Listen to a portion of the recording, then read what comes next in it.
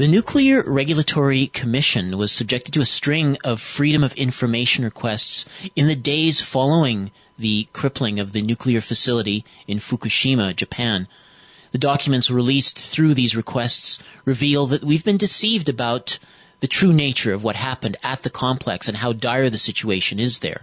Moreover, these official documents, which encompass email trails and transcripts of phone conversations among head officials, directly contradict the official story, including what we were told about current goings-on at the plant. Musician and citizen journalist Tony Muga, who goes by the pseudonym Hatrick Penry, is largely responsible for bringing this documentation to the attention of the wider public. He has a complete archive on his site, hatrickpenry.wordpress.com, and he joins us now from Gainesville, Florida. Thank you for joining us, Tony.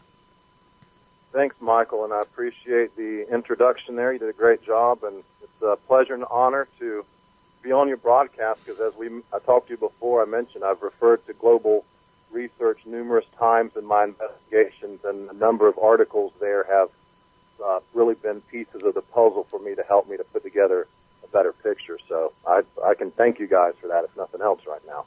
Well, appreciate it very much, Tony, because it's certainly this does seem to be what you've exposed seems to be quite a shocker. So it starts with these Freedom of Information requests. Could you, who exactly filed these Freedom of Information requests in the first place? Well, initially there were a couple of groups that I'm aware of that filed for the documents, and Friends of the Earth was one group. The other group was the Associated Press. Now, there may have been other people in between, but I'm not aware of any other specifics. But between those two, and especially the Associated Press, I'm told, is sent off for about 90% of the requests. So if you go to the NRC website and you log in and you look, the vast majority of those, according to what my research indicates, are being filed by someone at the Associated Press. I'm not familiar with who, but that would be kind of who some of these environmental groups initiated and filed initially right after the event happened. By late June, early July, documents were beginning to collect into that online pool on the NRC database. Mm. Okay, so you can connect, is there a pattern to, like you mentioned, both the Associated Press and environmental groups? Is there any kind of a pattern in terms of who's requesting what, or is it all pretty much the same territory? It just seems to me, Michael, that at least with the Associated Press, because I think Friends of Earth just initially filed for a few documents here and there. AP's been consistently filing for them, and it just seems, if I were to make a guess, I think they're just making a wide sweeping grab and trying to acquire as much of a range of information as possible. I can't specifically look and say, oh, they're trying to get this kind of telephone transcript or this specific date or so on and so forth. So I think it's just a wide range grab to get all the transcripts and telephone conversations, emails, all that kind of information, and get it into a body on the NRC website where you or I or anyone can go in there and research and get into it. Now, how did you come to discover this information? Okay, initially there was a website online. I've been critical of some of these websites because they didn't give that much information. They could have done so much more. But to their credit, E-Informable is a Lucas Hickson site, and Joy Thompson was, I don't know if she still writes with Informable or not, but she had a really great article early on that called it a can of worms. It opened up a, quote, can of worms, and I thought to myself, yeah, this is worms, all right. So, but I will say this, Michael, on the whole, it's been very suppressed. In studying controlled opposition since February of 2012 when I would send this information out, myself and other researchers, and it was largely ignored. And we didn't cover everybody. Like, I never contacted Michael Rupert. I don't know why I never did. I never thought of it. But I sent to other websites and alternative media outlets, and they basically ignored it. So I liken it to a fumble on the football field. And I'm looking around at all these better runners and better players, and they don't pick up the ball. And so I just grab it and run a few feet and set it down. Well, yeah, Yeah, like how do you interpret that? I mean, you mentioned the term controlled demolition. Is there possibly a simpler explanation? Maybe just what was that? I guess there's that saying: the bigger the lie, the harder it is to believe that's true, and they have a very well put together fault scenario and a fault accountability of what the damage, what happened there. In this book I'm writing now, I'm going to explain and go into greater detail. Yes, there's a cover-up to protect our nuclear industry. But if you want to look at that tsunami drill and go into the conspiracy theory area, I believe there's other reasons as well. I'm going to flesh that out in this book I'm working on now. So I'm tend to right now just, until I've done more research and done some more. So far, my hypothesis is held watertight, but until I'm really confident with it and I finish this thing I'm writing right now, I just kind of want to hold off on that. So like I say with Rupert, I told him we can all agree that there was some damage there. We know it was pretty catastrophic, and just judging from the amounts of damage and the effects of what that are going to be, I think in an open forum and discussion, most informed Americans would agree with us that as soon as we can, we need to start looking into some means of decommissioning plants and providing some alternative means of power. Maybe even Americans saying to themselves, we might need to adjust our lifestyles a little bit and maybe not use so much power. Yeah. Now, what with the documentation that was disclosed, it includes email trails, but also includes transcripts of phone conversations. Is this like among head officials? These sorts of conversations, is that essentially a requirement that in all of these discussions that they're all recorded? That is my understanding, Michael, that there's in an emergency like this. In fact, they actually do transcriptions from all their meetings around the country, public meetings. The NRC documents pretty much everything they do. And there's an emergency or some kind of event, the recorders are on, they're keeping everything. But the thing is, my understanding is you won't ever even hear that unless someone files for the transcripts and the phone conversations. Yes, they record it, but unless somebody out here on the outside world requests it, they just hold on to it and, might not get to see anything at all if we're not requesting it. So Freedom of Information Act, I tell you, it's one of the most beautiful things this country has going for it. Yeah, it's like certainly. I mean, even in dealing with police officers, I mean they'll basically be able to get away with things by not. As long as you don't know your rights, they're not sort of obliged to tell you, and they can capitalize on that. So it sounds like the same kind of principle. Very similar, exactly. Good example. Okay. Now, let's talk about some of these main disclosures. I know one of them has to do with the spent fuel pool number 4. Now, just to define our terms, I mean, what exactly are we talking about when we talk about a spent fuel pool? Okay, that's where the fuel that has been in the reactor and been used to its full potential, at least according to our current technology, once they're done with that fuel, and it's in a very excited, heated state. It's very hot.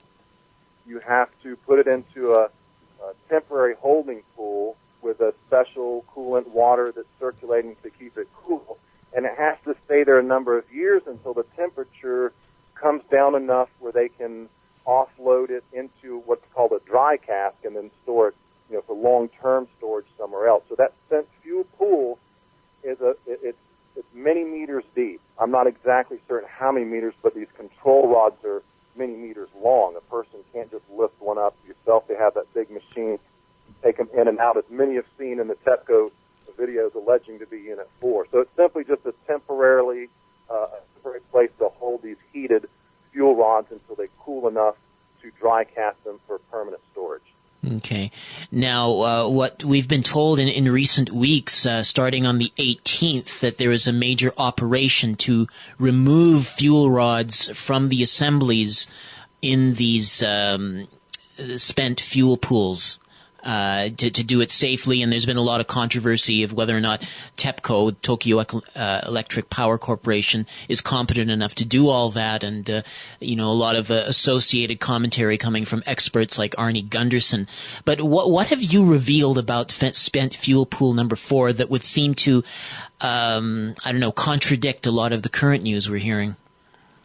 Okay, first, I quickly want to say that I'm not an absolute expert on nuclear power, but there are other people who are, but they don't want to speak out about these documents. So to be clear, I'm kind of learning as I go along, and if I make a mistake, I'll go back and, like today on your show, I kind of made a correction from FOIA stuff on Rupert's show. I misspoke about these documents are ongoing and so on and so forth. So I just want to be clear, I'm not expert. The ones who are, I would say, are kind of remaining quiet on these documents. Now, that being said, with spent fuel pool number 4, in these documents, on number 4, there's a mountain of evidence. I mean, it's huge. I could write another giant article again with all new stuff because it's consistent that 4 had some kind of a leak and loss of inventory, and when that happened, there's what they call a zirconium fire. The cladding on the spent fuel, it reaches a temperature where it bursts into flames. It's very difficult to extinguish. It's called a pyrophoric fire. You can't just spray water on it necessarily. It's like magnesium burning. So in these documents, there's just so much evidence that there's a melt on the floor, rubble on the floor, walls blown out. I mean, I kind of beat a dead horse when I start reading from this one document because it's so obvious to me, And then when Rupert looked into this stuff and felt so strong about it, that made me feel even better because always in my mind, I always double check and rethink, and I try and, debunk my own stuff if I can. And so far this is pretty watertight. If you look at the TEPCO footage, there's nothing conclusive that doesn't say it's not stock footage or they're shooting it down at Diani. And TEPCO's notoriously inaccurate with their information, I'll put it that way. So just a wealth of information in there that walls blown out, loss of inventory, zirc fire. The IAEA admitted to a 9-hour fire in the spent fuel pool. So compare that to what everybody else is saying, and somewhere along the line there's a massive schism between on the one hand, that the spent fuel pool is they're going to unload the fuel. On the other hand, there's probably not any fuel left. One of the two is wrong. Yeah. So, well, you're talking about, and I appreciate that clarification, but you are pointing to documentation, which is the official. This is the Freedom of Information Act. This is anyone can go online, look at the documentation. On my book, I link on my multiple smaller articles and all my videos. I have plenty of links and everywhere. And like Michael Rupert said to a detractor who was accusing me of putting up fake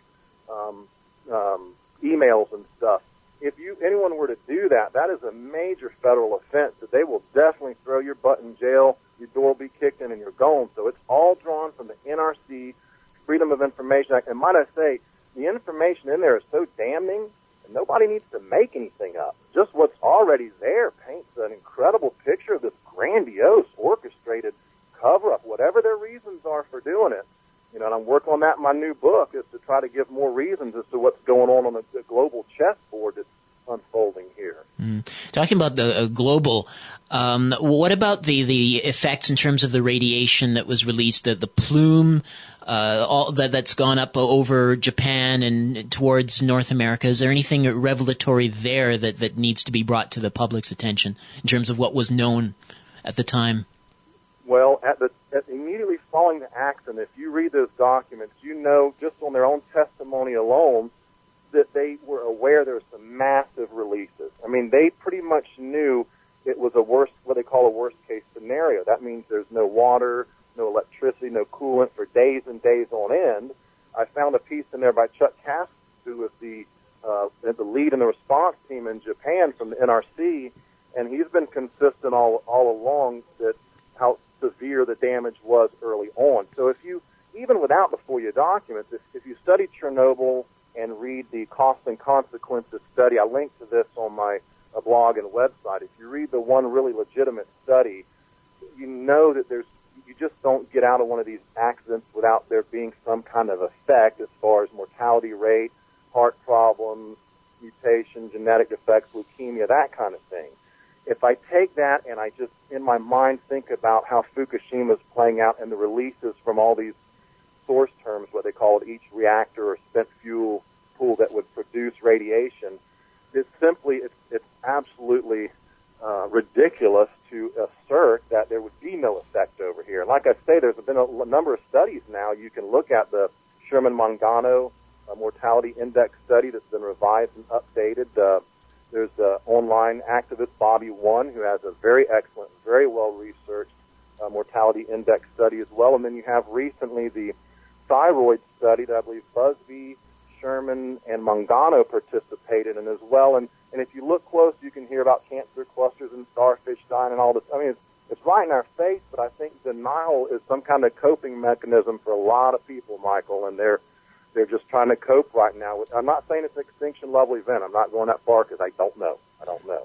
But I think a lot of people are in denial about the ongoing effects that are kind of obvious to me. And keep in mind, let me finish here, that in the studies from Chernobyl, it's always like 5 years plus down the road that the latent cancers and effects really kick in. So we're just on the border, on the cusp of really feeling some of the effects from this catastrophe. Now, as you mentioned, it's a requirement that in an emergency situation that all of the communications are documented. And that leads me to believe that, I mean, if there is like a cover-up going on, that you're really kind of having to read between the lines, because I would imagine that people who know that they're being recorded would be kind of guarded in the way they convey their information. Is that, I mean, even though there's a lot that's come out already, I mean, you having any sense of sort of deeper things that are not being said that you're having to kind of piece together? Okay, well, there's redaction. For instance, there was a page that said spent fuel pool number 4 boil off calculation. And then you had 20 pages that were blank. Total redaction. So I didn't get to see that. But when I combine that with everything else on unit number 4, I'm like, yeah, it's a lot worse than what they're letting on. And you make a great point. Some of them now, not everybody's in on the conspiracy now. It's not that big of a conspiracy. On the lower level, I'm convinced some people are newbies and rookies just coming in. They don't know. One guy's almost kind of reprimanded when he gets carried away, and he's talking about Unit 4, melt on the floor. If it sublimates, will it go into the torus? And the guy says, hey, just so you're aware. He doesn't say, shut up, we're being recorded, although in one part I got, the guy says, hey, we're on a recorded line. We need to take it to a non-recorded line, so they're aware they're being recorded. Some of them are actually, you're correct, they have to edit what they say. They're not as revealing. And I did a broadcast on Blog Talk Radio, my Blog Talk Radio show when I used to do it, where I talked about the NRC's response to a catastrophe is actually inhibited because some players are aware they're being recorded and they're editing what they say, and so they're not forthright and forthcoming with information, so the communication is inhibited. And I liken it to firefighters showing up at your house to put out a fire, and they can't say the word axe and they can't say the word hose. They'll still put the fire out, but it might not be in this short of time, if you understand. I would be watchful of those things that officials are saying among themselves, but they say something completely different to the wider public. I mean, obviously, you have that blatant example with the spent fuel pool 4, but I mean, I think you also mentioned the whole issue of potassium iodide, and how they seem to stress it more when they speak among themselves than when they speak to the wider public. Have you come across several other examples like that? Or? Well, that's very observant of you. Yes, what I found in the back of my book, Something Wicked This Way Comes, I have a section on potassium iodine, Ki. And I've got a collection of screen captures from emails. For instance, I'm trying to think if it was Chuck Casto or who it was had forgotten their stash of potassium iodine, and someone was trying to ship some out and get it to them as soon as possible, because throughout these documents, they make no bones about it. They don't leave here and go over there without their potassium iodine. Whilst on the public front, to my understanding, they're kind of, indifferent about it and don't want the public to think they really need it. It only treats you for iodine and won't get you for other radioactive substances. Not that big a deal. But if you're in a pit full of snakes and there's 6 different snakes and someone gives you the antidote to one snake, well, that's only 5 left, and I'd rather only have 5 snakes after me than 6. So. Well, I guess that gets us to the question of motive. Just to try to clarify, what in terms of what your the exhaustive thousands of hours of research you've done into this, do you have you come to any conclusions about who is benefiting from covering up this information? Is it about basically straight, protecting people's asses? Are they concerned that there could be a national panic and everybody's going to want to move from the West Coast of North America? Is there, profits at stake? What's the ultimate motive here to this whole scheme? Well, first of all, to be realistic, well, first let me say, yes, they're protecting the nuclear industry, obviously, but that's the obvious indication there. But they're also, you can't be completely honest considering, let me phrase, considering our position around the world with all these nuclear plants and considering their vulnerability in relation to large population centers. This is what I want to say. You cannot be forthright and completely honest. You simply can't not to make excuses for our government, but if they came out and said, yes, we got to evacuate, you got to get out of Tokyo, or Indian Point's melted down, you got to get out of New York, it's not logistically, it's not feasibly possible to evacuate those people. You just cannot do it. And so in their defense, I understand that. But my point in that is that just strikes to the fact we need an alternative source of power, and we need to dry cast this stuff and shut these things down as soon as possible. So the cover-up is twofold: protect the nuclear industry in the short term, but I think in the long term we're going to have to shut this stuff down regardless. There's no other way around it, and I think they probably know that in the higher levels of government now.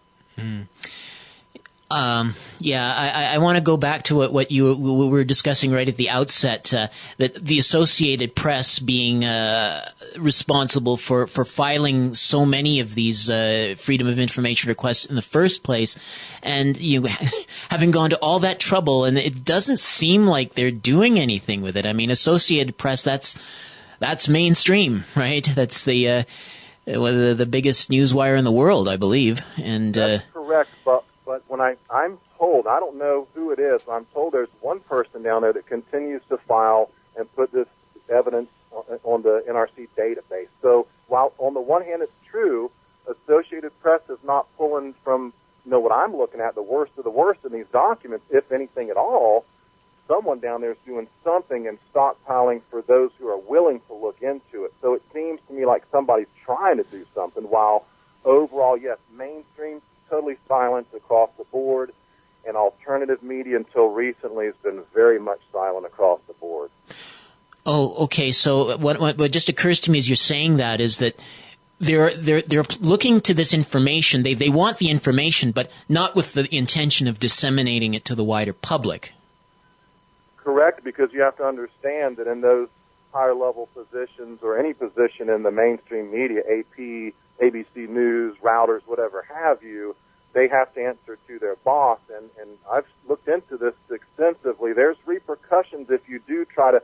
Okay, let me say this. In these documents, Michael, you can see where the NRC, and they spend millions to search press, could be mainstream, could be alternative. They want to know who's writing about them, who's talking about them. Throughout these documents, you see reports coming in on who's writing about Fukushima, who's writing about the NRC. It's mainstream, too. I've seen a couple articles come out in mainstream that weren't that shabby, but they get reported on. NRC knows about it, and they say in one of these emails after Fukushima that they watch social media. They got a feel for what's going on. They send their bloggers out to help set the record straight. I'm kind of paraphrasing, but that's generally what they do. They watch, it's reported to them, and they countermeasure and come out and, I just read an article where Entergy spends millions to hire online PR people to convince us to relicense Indian Point, which is kind of like our Fukushima waiting to happen next to New York City, if you think about it. Well, it looks like our truth tellers have our work cut out for us, given that kind of, counter those sorts of counterattacks that may be on the horizon. So what about briefly? I mean, you've already made some forays into getting this. You've been at it for months, and you have the internet as the ally. You talk as an ally. You talk to Mike Rupert and Blog Talk Radio. What are some of the your experiences in terms of getting this to the wider public? They hits, the misses. Some of the things you might caution against. Well, my experience getting out to the public has been kind of frustrating because for the longest time I would send the information out and post on YouTube channels and I would do videos that were remixable. All you had to do was punch a few buttons and copy my video, and I found just an incredible resistance to this information going out.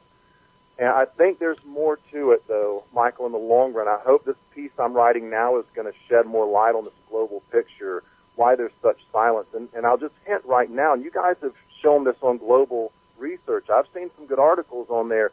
I am more coming to understand the dynamics between some of these superpowers in the world and the corporations behind those superpowers and the needs of those corporations and what's going to be playing out on this planet in the future. And I've seen some channels on YouTube called Weather Wars and that kind of thing. That's what I'm interested in right now, these untraceable weapons, tsunami bombs, like General Cohen said, earthquakes induced by electromagnetics, volcanoes excited by electromagnetics. If you look back at the Icelandic volcano not too long ago, what was the end result of that? Well, it held up air traffic. People were stuck in airports. It brought an economy almost to a standstill. I'm thinking, hey, that could be an economic attack. What's going on this planet? So I'm kind of looking into that right now to see, is there this sublime, silent war that is unfolding on Earth right now between these superpowers, and resources are dwindling.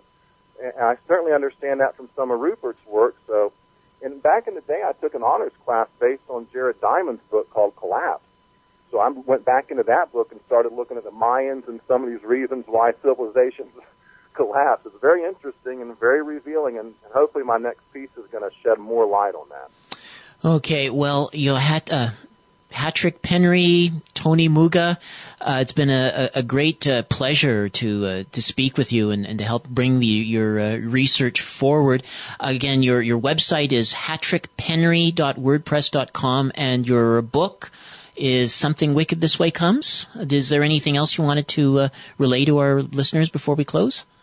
You can catch me on YouTube, and I have some original songs. I really prefer to be a musician, but if there's need for someone to write, I'm willing to do that. And I just want to give you a word of thanks, and I want to give Global Research a little bit of praise because really by having me on now, as far as I'm concerned, in my humble opinion, you guys have really legitimized yourself as covering a very broad range of topics right now. I mean, I've seen almost anything and everything come across your website. So really now you've gone into the FOIA documents, you've covered the Plume-Gate thing, and you guys are doing an excellent job.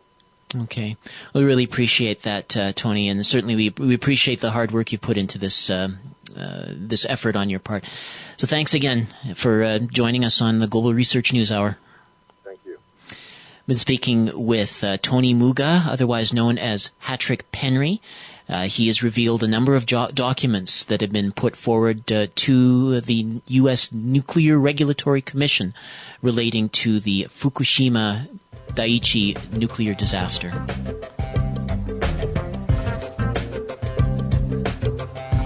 And that marks the end of our show for this week. We would like to welcome our newest partner, Port Perry Radio in Port Perry, Ontario, which airs the Global Research News Hour Thursdays at 1 p.m.